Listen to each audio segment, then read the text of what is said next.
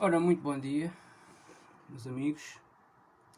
Espero que tenham todos vivido uma quadra natalícia extraordinária com os vossos amigos e familiares, companheiros e companheiras. Eu tive um Natal sereno. Também, enfim, normal. Nesta altura do ano, com todas estas restrições e condicionalismos. Bom, venho aqui falar de quê? Venho aqui falar daquilo que tem sido a época 2020-2021 até este momento, especificamente aqui do Sporting Clube Portugal, que é o clube com o qual eu me identifico. Para dizer que a época neste legado de Ruben Amorim começou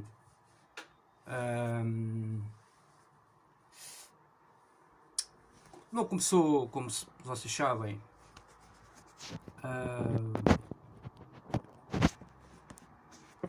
particularmente como nós queríamos, não é? Perdemos a possibilidade de estar na fase de grupos da Liga Europa, e isso foi um rombo grande. Nós, aliás, queríamos estar na Champions League, não é na Liga Europa, mas não sendo possível estar na Champions League, não tendo sido possível nos últimos anos ficarmos entre os dois primeiros, porque muito rapidamente perdemos essas possibilidades muito cedo nas últimas épocas, muito cedo nos campeonatos. Percebemos nos respectivos percursos que é muito difícil ficar colocado entre os dois, posicionado entre os dois primeiros da tabela classificativa. Temos que nos contentar com a Liga Europa. Normalmente temos sido terceiros classificados, tem sido a regra dos últimos anos, mas a época passada conseguiu ser ainda pior, conseguiu ser uma época em que parece que voltámos atrás no tempo e conseguimos mesmo ainda terminar, mesmo com 3 ou 4 treinadores na mesma época, terminar na 4ª posição do campeonato. Já aqui no início desta época desportiva, fiz um vídeo. Não fiz no início da época desportiva, foi há pouco tempo, mas quando comecei a fazer estes vídeos fiz um vídeo em que apontei exatamente os problemas da época passada, em que falei aqui um pouco sobre essas situações, não é? Aquilo que nos foi claramente negativo e aquilo que nos prejudicou. E cheguei a tocar, a dar um lamiré naquilo que foi o início desta época e o falhanço em termos europeu, que em termos europeus que a equipa teve. Portanto, não é admissível num clube com a dimensão do Sporting Clube Portugal ser eliminado pelo Lask Linz da Áustria com uma derrota 4-1 em Alvalade. Porém, também cheguei a dizer que esse jogo teve uma série de peripécias. É bom não esquecermos que no início da época, no fim da pré-época e início da época oficial, o Sporting teve uma série de casos de Covid. Lá está, as contingências do contexto, do ano, especialmente do ano que vivemos, e claramente nos prejudicou, porque nos retirou, a meu ver, 4 ou 5 peças absolutamente fundamentais deste puzzle para esses jogos.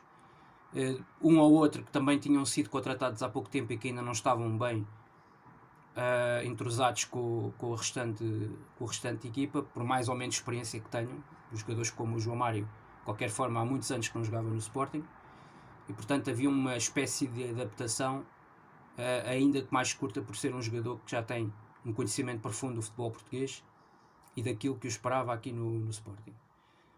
Dito isto, a época foi avançando. A realidade é que nós temos, olhando para as estatísticas, não há dúvidas, um dos melhores começos de temporada dos últimos largos anos. Não tendo, é verdade que não sei se beneficiamos ou não da questão de não termos adeptos nos estádios. Eu acho que um clube com esta dimensão, a meu ver, é a minha visão, não beneficia de não ter adeptos no estádio, porque isto é um clube que mete em média 35 mil adeptos em Alvalade em jogos durante todas estas temporadas. Isto tem sido regra. Depois, se os adeptos nos jogos destabilizam mais ou destabilizam menos, ou subiam mais ou subiam menos, as claques ou as guerras que há entre presidentes e claques e direções, isso aí é outra conversa, é outra variante da discussão que se pode ter. Agora, uma coisa é certa, o Sporting não ter o apoio dos adeptos nas bancadas ou dos sócios nunca pode ser uma coisa boa. Um clube desta dimensão, que é o clube que tem mais sócios e adeptos a nível nacional depois do Benfica, não é? A seguir ao Benfica é o clube que tem mais adeptos e sócios que se identificam com o clube em questão. É evidente que qualquer um desses adeptos faz falta, mesmo a jogarmos em Alvalade ou a jogarmos fora de Alvalade. Sim. Tivemos apenas uma situação este ano, que foi no jogo nos Açores com Santa Clara, em que ainda tivemos alguns adeptos do Sporting, mas muito poucos, em número reduzido. Mas isto, mesmo que venhamos a ter adeptos ainda esta época, vai ser assim. Portanto, vai ser gradualmente, vão entrando mais adeptos, eventualmente jogo para jogo, e dificilmente voltaremos a ter uma situação esta época, como a época passada, em que colocámos 25, 30 mil adeptos 25 mil, 30 mil adeptos no estádio. Acho que vai ser muito difícil termos uma situação dessas esta temporada, mas admito que até 5 mil, 10 mil adeptos num estádio que tem uma lotação de 50 e tal mil adeptos, creio que isso é possível que possa vir a acontecer até final do campeonato e até o final da época. Não é muito positivo estarmos fora da Europa.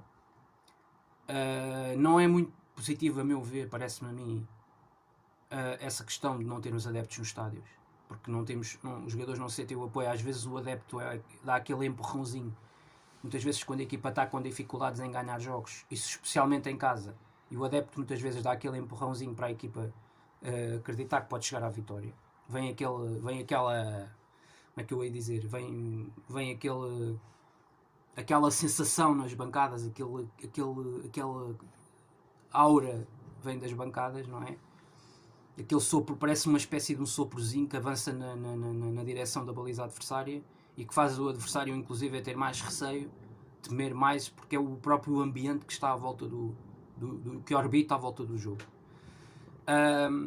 E que isso claramente empurra as equipas grandes muitas vezes para as vitórias, porque tem claramente esse 12º jogador que vem da bancada, que vem de fora das 4 linhas, que muitas vezes vale vitórias e vale campeonatos. Depois acho que o reforço do plantel em contraponto ao facto de não haver sócios e adeptos nas bancadas e de termos ficado fora das competições europeias, o ter ficado fora das competições europeias dá a esta equipa uma maior responsabilidade do que, por exemplo, a Futebol Clube Porto, Benfica e Braga, porque estão nas competições europeias e portanto há mais desgaste e há mais uma prova onde têm que afinar a mira e onde têm que estar fisicamente também apresentarem-se a níveis tremendos, e isso também faz com que, ao estar numa competição europeia, haja uma maior rotatividade de jogadores no plantel, mais jogadores do plantel sejam utilizados e, portanto, faz com que também os plantéis tenham que ser mais ricos em quantidade e qualidade. E, portanto, também se pode analisar o plantel do Sporting e os plantéis dos outros em função dessa situação. Portanto, o Sporting não ter, se calhar, um plantel tão rico e tão vasto porque não tem a competição europeia, e o plantel que tem ser suficiente para o campeonato. E eu parece-me que sim. Não é? Fala-se muito da questão do ponta de lança, de um defesa central, mas a questão é que o Sporting só está a jogar para as provas internas. Portanto, isso claramente, com os jogadores que tem a obrigação de lutar até ao fim pelo campeonato. Porque não há o desgaste europeu, não há competições que são muito mais exigentes, porque os adversários nas competições, o Sporting, se estivesse numa Liga Europa, teria adversários muito mais exigentes, provavelmente, do que grande parte dos adversários que tem na Liga Portuguesa. Isto é a realidade. Não vale a pena fugir disto, não é? E os adversários exigem sempre mais da tua equipa. Quando o ano passado, por exemplo, tivemos o Las Clins, que nos colocou imensas dificuldades cá e lá, e o PSV nos colocou mais dificuldades lá do que cá. Mas que, no entanto, foram 3 jogos onde tivemos muito mais desgaste do que em 70% dos jogos que temos na Liga Portuguesa. Portanto, na Europa, por norma, há mais exigência. nos jogos e mais competitividade nos jogos com as equipas que vêm de fora. São equipas que também não têm tanto conhecimento do Sporting, nem o Sporting delas. Na Liga Portuguesa há um profundo conhecimento. E na Liga Portuguesa há uma obrigatoriedade de fazer muito mais e melhor, porque estás a jogar num campeonato onde habitualmente todos os anos, com regularidade, jogas, competes. E portanto, tu és superior à grande esmagadora maioria dos adversários. És superior à grande esmagadora maioria dos adversários. Isto é factual. Porque os adversários não têm as condições de orçamento que tu tens, que a tua equipa tem. Não têm o palmarés nem o historial que a tua equipa tem. Portanto, isso obriga, dá-te muito mais responsabilidade. Eu acho que isso era o que o Ruben Amorim tinha que perceber desde cedo. Que é, vem treinar um projeto destes, isto não é a mesma coisa que o Braga. Isto não é a mesma coisa que o Braga. Portanto, treinar o Braga. Uma coisa é treinar o Braga, o Vitória Sport Clube, como respeitem essas equipas. Outra coisa é treinar o Sporting Clube Portugal, o Benfica, o Sport Lisboa e Benfica ou o Futebol Clube do Porto. Não tem nada a ver. Portanto, e por isso é preciso haver essa noção, não é? É preciso ter essa noção. Quando se pega numa equipa como o Sporting, o que é que se está aqui a tratar? Olhando para as estatísticas, a realidade é que o Sporting, desde que estamos a falar em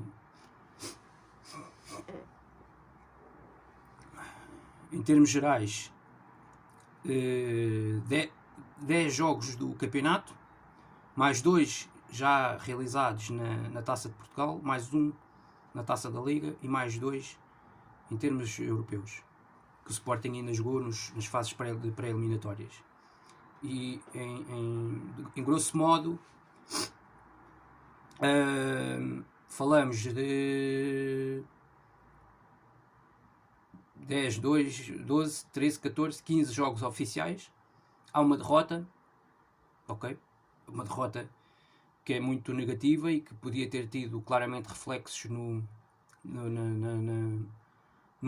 restante da temporada, ou pelo menos podia ter implicações na fase inicial da temporada. Aliás, um bocadinho como nós também tivemos aquela goleada sofrida na Supertaça há um ano frente ao Benfica, no primeiro jogo oficial da temporada, e isso claramente, essa derrota teve reflexos contra um rival depois nos jogos iniciais do campeonato e da restante temporada, e até à derrota da Alverca da Taça de Portugal, que eliminou o Sporting. Eu acho que a equipa até esse jogo, inclusive, e mesmo na fase inicial na Liga Europa, teve sempre aquele fantasma da goleada na Supertaça. Portanto, estes jogos, muitas vezes, para quem os ganha e para quem ganha um título destes, tem e no Sporting, por exemplo, é um bom exemplo disso. Basta recordar a época 15-16 com o Jorge Jesus, que o Sporting começa a ganhar a Supertaça ao Benfica e inicia muito bem a época, não é? Inicia muito bem o campeonato, inclusive rapidamente fica na frente do campeonato. E por exemplo, para quem a perde, como foi o Benfica do primeiro ano do Rui Vitória, nessa fase inicial teve aquele efeito negativo sobre a equipa e os resultados vieram a provar. E, portanto, muitas vezes a Supertaça tem esses reflexos, não é? Que consegue ter impõe esse estado ou impõe esse estado de euforia, ou impõe esse estado de como é que eu ia dizer, de desilusão completa e de alguns jogadores ficarem de tal forma afetados psicologicamente que depois não conseguem controlar depois outras situações que estão relacionadas com o aspecto do lado competitivo e o lado psicológico de cada um, porque cada um reage de formas diferentes à derrota e sobretudo à desilusão de não conquistar um título numa fase inicial de temporada. Mas a forma como o Sporting acaba por perder essa Supertaça teve também, acho eu, algumas implicações depois no começo da temporada, noutras competições e noutros momentos da época. E arrastou-se ao longo dos primeiros jogos oficiais. Este ano, lá está, temia-se essa mesma situação ao falhar o objetivo Liga Europa. portanto, sofrendo, ainda por cima, saindo da Liga Europa com uma goleada 4-1 sobre o Lask Linz em Alvalade, temia-se que de facto os efeitos fossem completamente nefastos a partir dessa grande derrota logo no início, uma fase inicial da época. A realidade é que nada disso aconteceu, porque o Ruben Amorim, enfim, houve as contingências que houveram e que eu já falei delas aqui, que claramente condicionaram a equipa. Olhou-se de qualquer forma para o início do campeonato, colocou-se aí o foco. Houve uma série de incidências que podiam ter condicionado muito mais a equipa. Já nem vou falar de não haver adeptos no estádio, mas também o não se sentir esse lado, esse apoio que vem de fora, mas também esse apoio extra, digamos assim, mas também a questão do falhar um grande objetivo inicial da época, que era a Supertaça, disparado, que era a Liga Europa, que era estar na fase de grupos, era o mínimo dos mínimos exigível num clube desta dimensão, é estar pelo menos nessa fase. Para além da questão dos adeptos e portanto depois ter agora atrapalhei-me aqui. Pronto.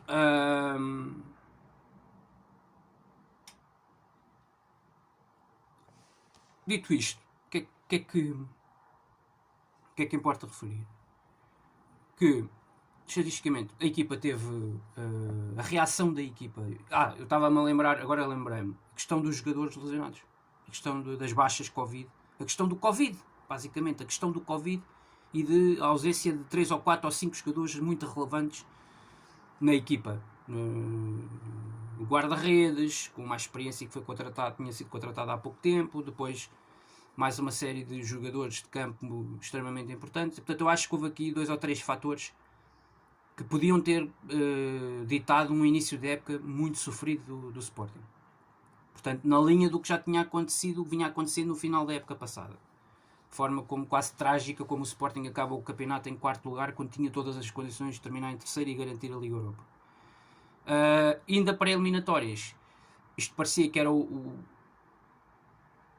uma morte anunciada, uma pequena tragédia anunciada, que se anunciava, já se vinha anunciando desde o fim da época passada, e a realidade é que depois as situações de Covid no fim da época que nem nos permitiram fazer o último jogo do troféu 5 violinos com o Nápoles em casa, e preparar-nos melhor para o início do campeonato. Depois essa questão do falhanço na Liga Europa. Só que ao mesmo tempo o falhanço na Liga Europa teve o condão de colocar mais o foco e a exigência naquilo que é o campeonato. Portanto, teve esse lado que, no fundo, essa situação inverteu-se e beneficiou claramente a equipa de Sporting. Portanto, porque os jogadores perceberam exatamente, o plantel tinha qualidade, e tem qualidade, como se vem aprovando, desde aí para cá. Há qualidade.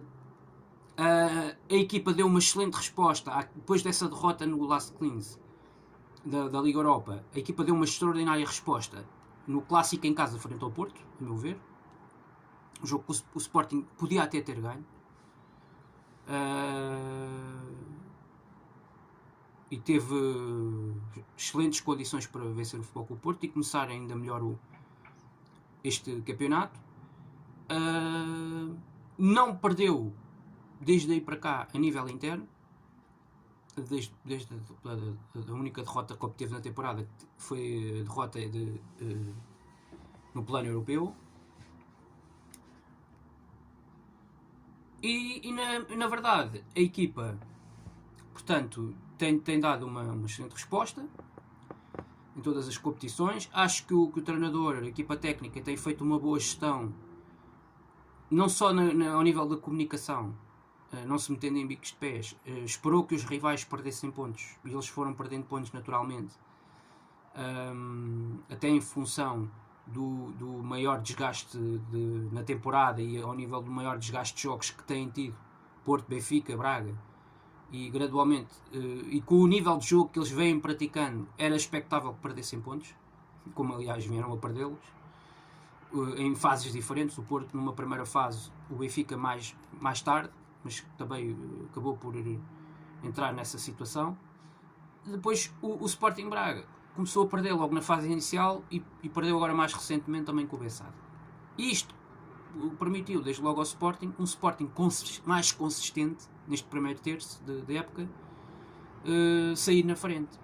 E chegaram ao Natal em primeiro lugar, que é um primeiro lugar justo, são 26 pontos, pode agora chegar aos 29 a fechar o ano no Jamor, frente ao Bessade. O Sporting tem feito um excelente campeonato fora de casa, que já não se via há muito tempo. O Sporting, se vencer agora no Bessade fora, faz 5 vitórias, vai ainda em janeiro, provavelmente vai bater o registro da época passada, em que só venceu 6 jogos fora. Este ano, provavelmente, em janeiro ou até em fevereiro, vai ter a possibilidade de bater esse registro. Ainda antes, inclusive, é de jogar com o Benfica para o campeonato em casa. E isso vai ter essa hipótese, vai ter essa possibilidade. Eu, por acaso, agora só me estou a lembrar que tem o Bessade e depois vai ter o Nacional. Não me estou a lembrar depois qual é que na sequência, qual é os outros jogos fora de casa nesta primeira volta. Acho que vai jogar ao Boa Vista e depois vai jogar ao Marítimo. Acho que é os jogos até ao fim da primeira volta fora de casa são esses. E eu diria que em qualquer um destes campos o Sporting pode perfeitamente vencer e bater essa marca da época passada, não é? Essa malapata. Em campos onde o ano passado também não ganhou fora, é preciso recordar, no Marítimo, Boa Vista, enfim, o Nacional não estava na Primeira Liga. O Bessade, o Sporting venceu, aliás, nos últimos 2 anos venceu sempre o Bessade fora, na condição, seja no Jamor ou na cidade do futebol, seja onde for. O Sporting tem sido superior ao Bessade na sua esmagadora maioria dos jogos. Faz parte da história destes 2 clubes. Tem um historial muito específico, muito concreto, e nos seus confrontos entre si tem primado sempre um grande equilíbrio, um grande desequilíbrio favorável ao Sporting, porque isso é a exigência, faz parte da história do Sporting e que acompanha o Sporting.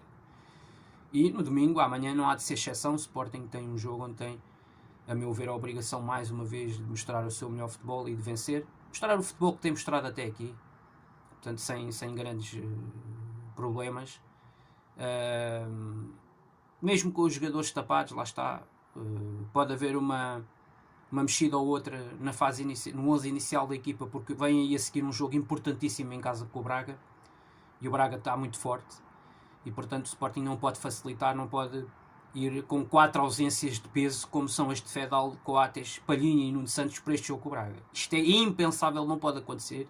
Eu, ao meu ver, acho que o Ruben Amorim tem que mexer na equipa, no 11 inicial, porque não pode correr riscos. O jogo, mais que o jogo do Bessade, no Jamor, que eu acho que é um jogo que o Sporting mais cedo ou mais tarde pode perfeitamente vencê-lo, porque é muito superior ao Bessade. Com o Braga não.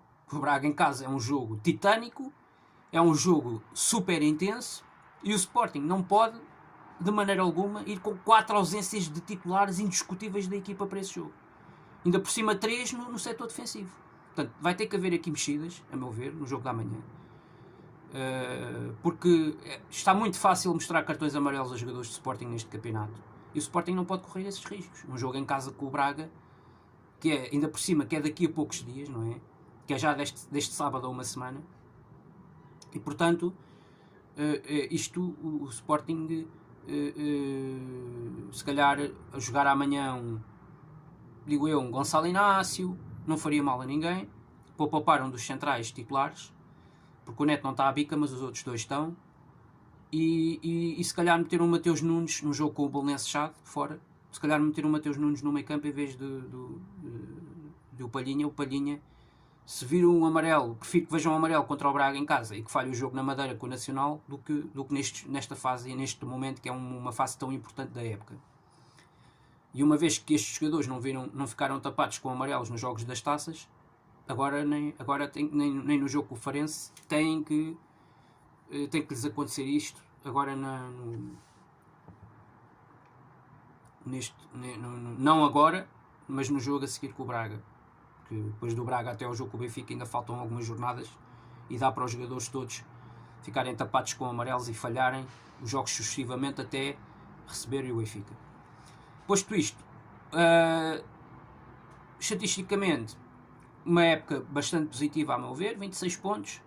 Estamos com 2 de avanço para o Super Benfica, que prometeu mundos e fundos no início da época. O seu treinador foi buscar um treinador ao Brasil vencedor, sem dúvida nenhuma, um treinador que vinha dar ao Benfica aquilo que o Benfica não teve nos últimos 5 anos. Mas afinal, o Benfica não está muito melhor que estava há um ano para esta altura. Aliás, há um ano para esta altura, estatisticamente, olhando para os números a sério, estava melhor do que está agora. Estava na liderança do campeonato e só tinha perdido com o Porto em casa em toda a primeira volta. Portanto, estava claramente melhor do que está um ano depois. E isto lá está, é chique espertices destes treinadores do futebol português. É o acharem-se a última bolacha do pacote só porque ganham muitos milhões e porque em Portugal não há outro que ganhe tanto como ele. E isto, lá está, o aburguesamento de uma estrutura, não é? Tudo isto tem sido negativo claramente para o Benfica. Os meses a seguir às eleições dentro do próprio clube, ou seja, o Vieira vai buscar o Jesus só para ganhar as eleições, e depois é o que se tem visto. Vieira nem sequer tem dado a cara nos momentos em que a equipa não ganha, nos momentos das derrotas do Benfica e dos empates, e portanto o Benfica está como está.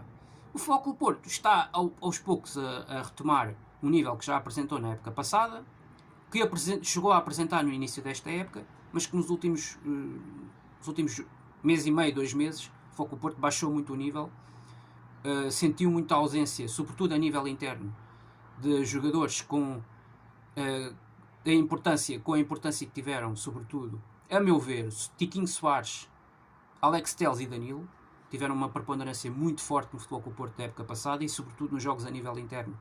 Claramente eram jogadores que faziam a diferença, e em alguns jogos que o Porto perdeu pontos este ano, com o Alex Telles, as coisas podiam ter sido diferentes, mas faltaram jogadores desse nível ao Futebol Clube do Porto. Empatar um clássico em Alvalade é o normal. Agora os outros jogos não é normal, com o Marítimo e com o Passos Ferreira fora, e isso são 6 pontos que no fim do ano, no fim da época, se as outras equipas forem mais consistentes que o Porto, podem ser pontos fatais. Posto isto, olhando para o Sporting, bastante bem.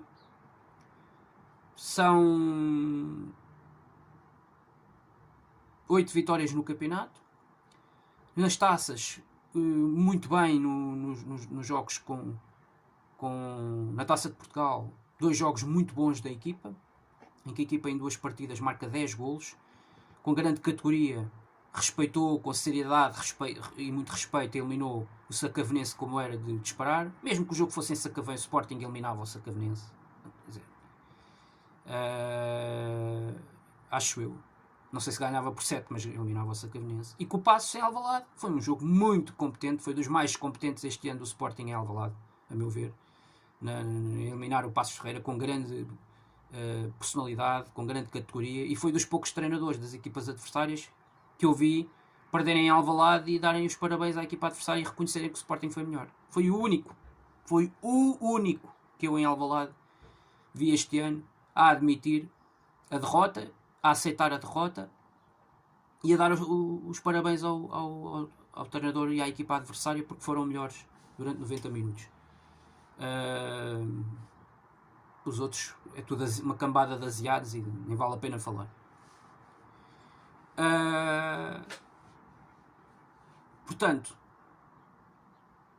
um jogo com grande categoria. O Sporting está nos oitavos de final com toda a justiça e mérito da Taça de Portugal. Vai ter agora um jogo com o Marítimo na Madeira, um jogo que, a meu ver, tem a obrigação de ganhar, é favorito.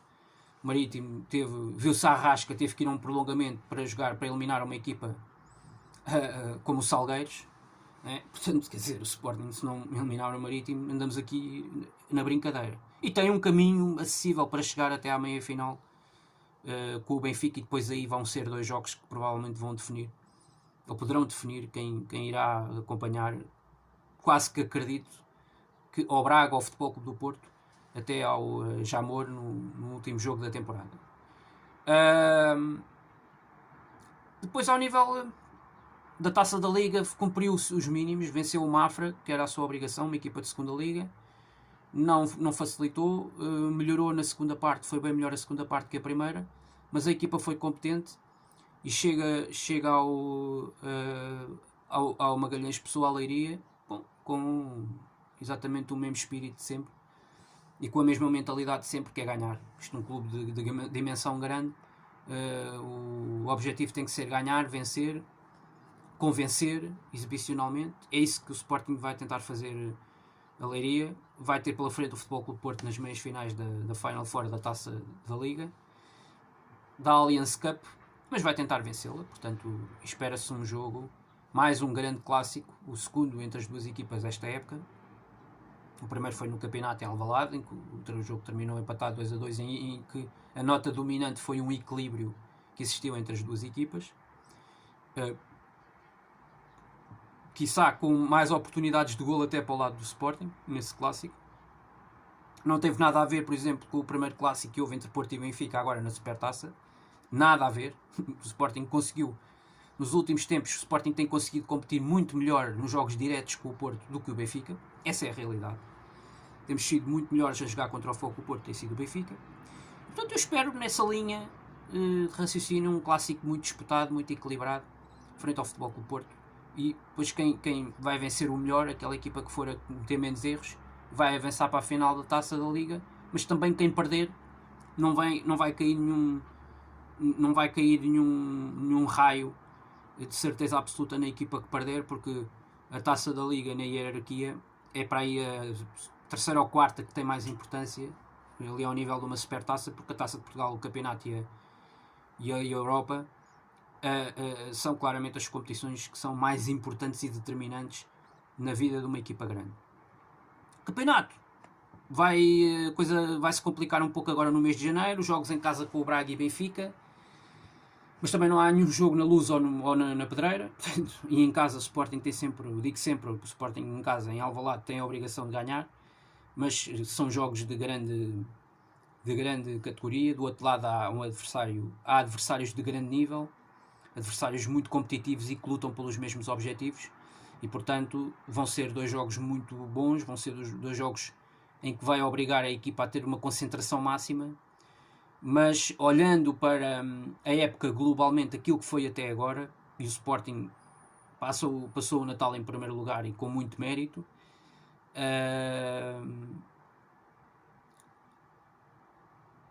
enfim, ganhou-se quando se teve que ganhar. Houve jogos que foram melhores, outros jogos que não foram tão bons, jogos com o Passos na Taça de Portugal muito bom, o jogo em casa com o Tondela muito bom, um jogo de grande categoria da equipa, embora o Tondela também tenha vindo com uma estratégia demasiado arrojada, e isso acabou por lhe sair demasiado caro. Depois o jogo em Guimarães muito bom, daqueles jogos fora típicos muito bons, que a equipa teve uma grande consistência e teve uma grande capacidade.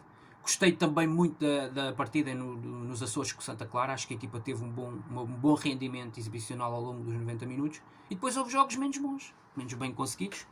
Já aqui falei do Gil Vicente. Acho também que o jogo também não foi bem conseguido, ainda agora frente ao Farense. A equipa teve muito apagada em termos gerais, mas são mais os jogos muito bons, de grande nível, que a equipa obteve até agora esta época. Consigo somar mais jogos bons, 4, 5 jogos, do que jogos maus. Acho que jogos maus, realmente, o Farense e o Gil Vicente, acho que nenhum dos outros jogos foram maus.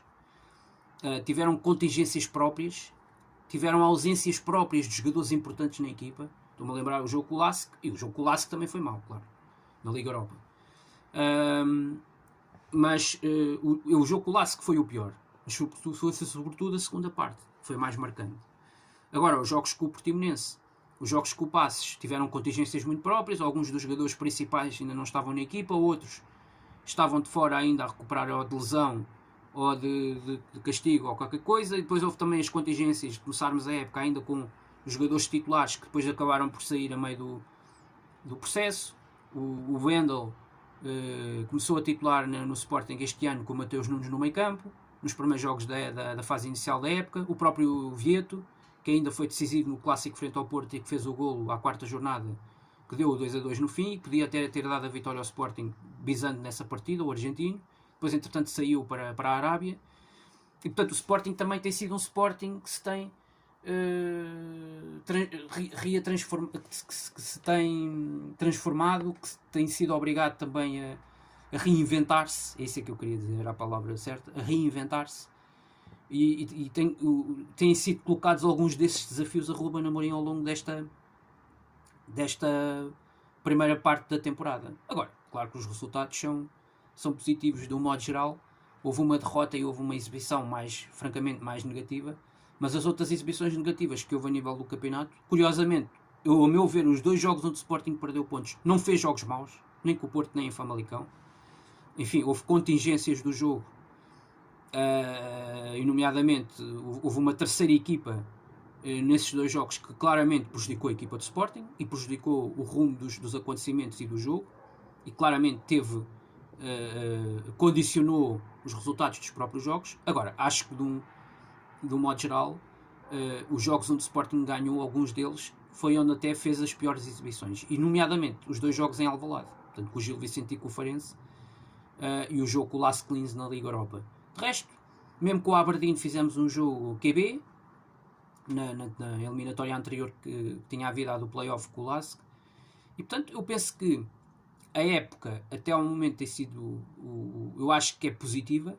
Há o ponto negativo, que é a Liga Europa, ter ficado fora da Liga Europa e perante um adversário como o Lask numa eliminatória a disputar em casa, foi de facto um ponto negativo, indiscutivelmente. Mas depois há o ponto muito positivo, que é chegar ao Natal em primeiro lugar no campeonato, estar presente em todas as provas internas, Taça de Portugal, Taça da Liga, Taça de Portugal oitavos, e chegar à Final Four da Taça da Liga, que era também o objetivo desta fase da temporada em função da eliminação na Europa. E portanto a equipa tem compensado bem, tem tido um bom comportamento. O discurso que vem nomeadamente, não digo o discurso que vem da direção, mas o discurso que vem da equipa técnica é muito positivo.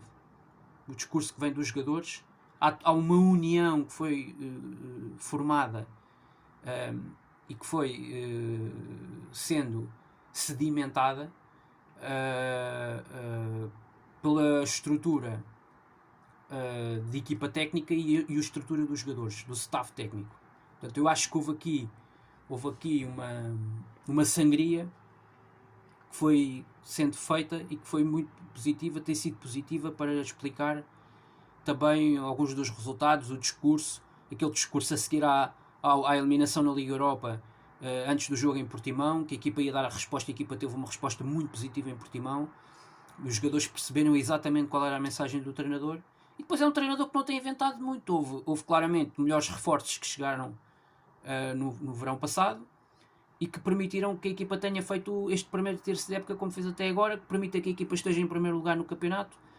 Não só é evidente que volta a reforçar sempre esta situação, ficar fora da Europa trouxe também esse outro lado, não é? Uma maior exigência ao nível do campeonato, maior foco. Tendo a Liga Europa e o campeonato ao mesmo tempo, é mais difícil, a meu ver, colocar um foco mais aqui ou mais ali, porque a Liga Europa é muito importante, sobretudo passar a fase de grupos, assegurar essa situação. E nas 4 equipas, Benfica, Sporting, Porto ou Braga, as que estiverem na Liga Europa, têm normalmente mais essa exigência reforçada na Liga Europa. O Sporting teria a mesma exigência que tiveram Benfica e Porto e Benfica e Braga na Liga Europa, teria exatamente a mesma exigência, e portanto, quer dizer, de ir longe na competição, e portanto o foco seria muito mais repartido entre uma competição e outra. E isso iria envolver provavelmente que Ruben Amorim tivesse que fazer uma gestão dos ativos e dos jogadores muito mais aprofundada, muito mais específica e muito mais incisiva do que naquilo que na realidade teve que fazer, porque ficando fora da Europa, ficando o foco colocado todo no campeonato, totalmente, fazendo uma gestão mais ou menos mínima nas taças, a equipa tem conseguido, os jogadores quase todos jogam, têm minutos, têm utilização e sentem-se importantes na equipa. Eu acho que isso é muito importante. Depois o discurso, a comunicação, que parece-me a mim que, a meu ver, nos outros clubes nem sempre tem sido bem gerida, e que no Sporting acho que tem sido feita uma gestão muito interessante ao nível da comunicação e do discurso. Claro que depois o discurso, aquele discurso que é o discurso que me interessa, não é aquele discurso que recai sobre as arbitragens e sobre o árbitro X e o árbitro Y. Isso a mim é claramente um discurso que não me interessa. O discurso sobre as arbitragens, quer seja para falar bem ou falar mal, em prejuízo ou em benefício, é sempre um discurso que nunca me interessa, porque isso não é um discurso para mim que faça parte do futebol. O discurso que faz parte do futebol é o discurso dos sistemas táticos, é o discurso do momento das equipas, é o discurso de estar à frente do campeonato ou estar atrás, da competitividade. Esse é o discurso que me interessa. Realmente realçar e factualmente sempre aqui elogiar. Não tanto o discurso ou criticar. Elogiar ou criticar, consoante aquilo que são os resultados e aquilo que forem os jogos. O que me interessa o que é que me interessa aqui discutir e debater aqui com vocês e neste meu canal. É o futebol, é o jogo jogado. Não é discutir lances de penalti por um encostezinho, um empurrão aqui ou um encostezinho ali. Não é? Lances ridículos de penaltis, como eu vejo ser assinalados neste futebol, e depois anda-se a discutir 2 horas num programa de televisão. Não me interessa aqui discutir, sinceramente, o fora de jogo de meio pé, de meia bota. Esta coisa de discutir um fora de jogo de meia bota neste futebol. Neste futebol miserável em que andamos a discutir fora de jogo de 1 centímetro, 3 centímetros, 2 centímetros. Quer dizer, e depois não se assinalam. E depois assinala-se, veja assinalarem-se alguns foras de jogo de meio metro, em que os jogadores estão meio metro em jogo. Portanto, isto ou é por excesso, ou é por abuso.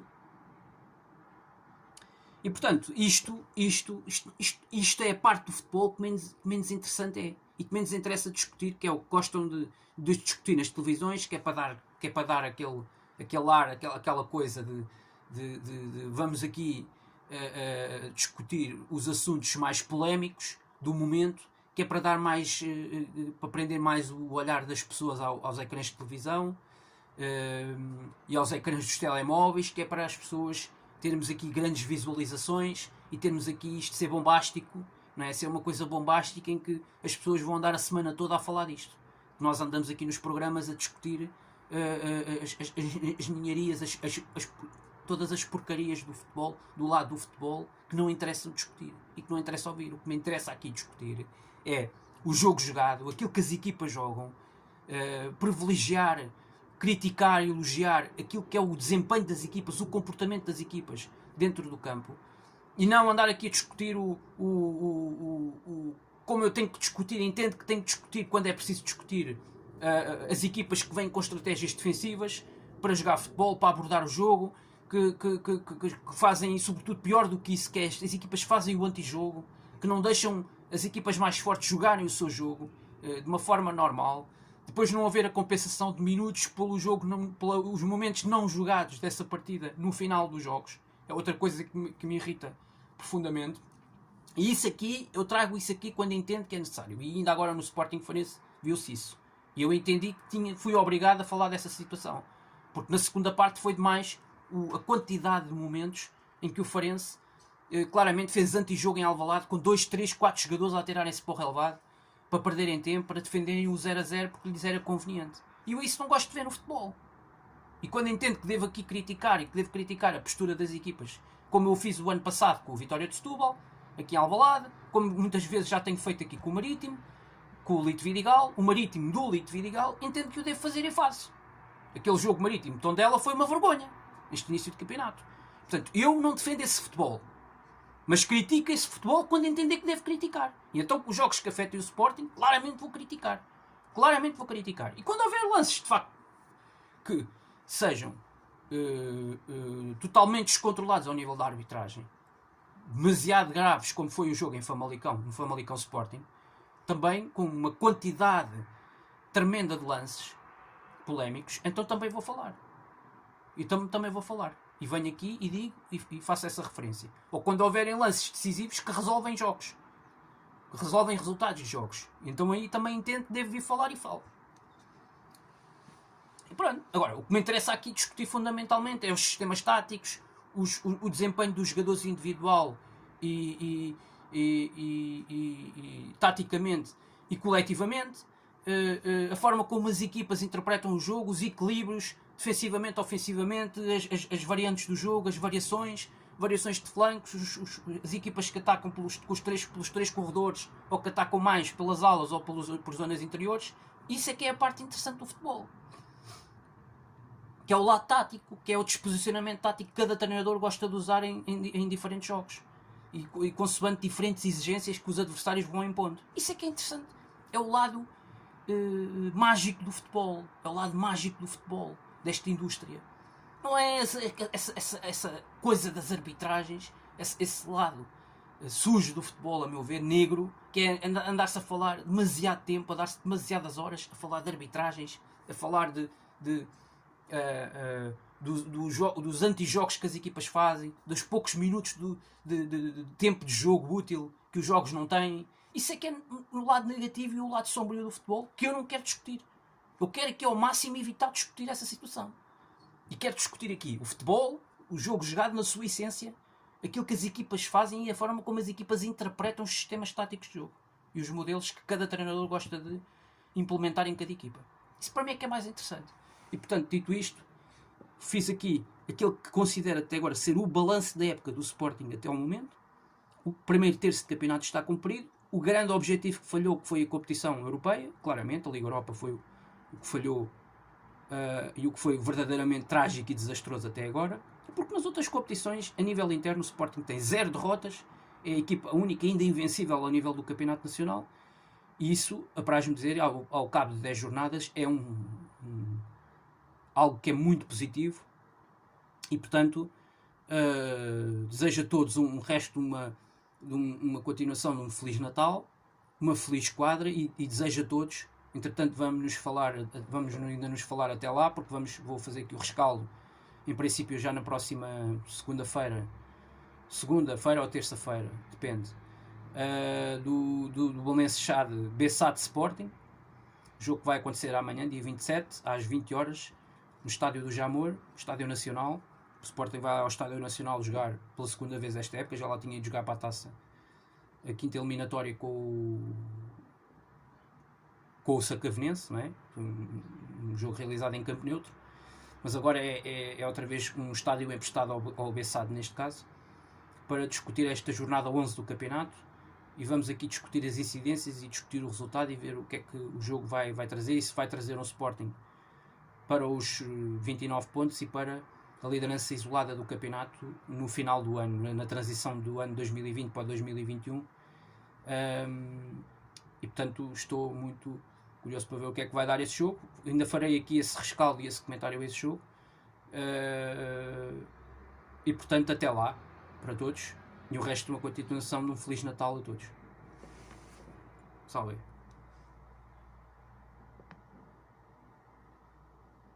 E viva o Sporting!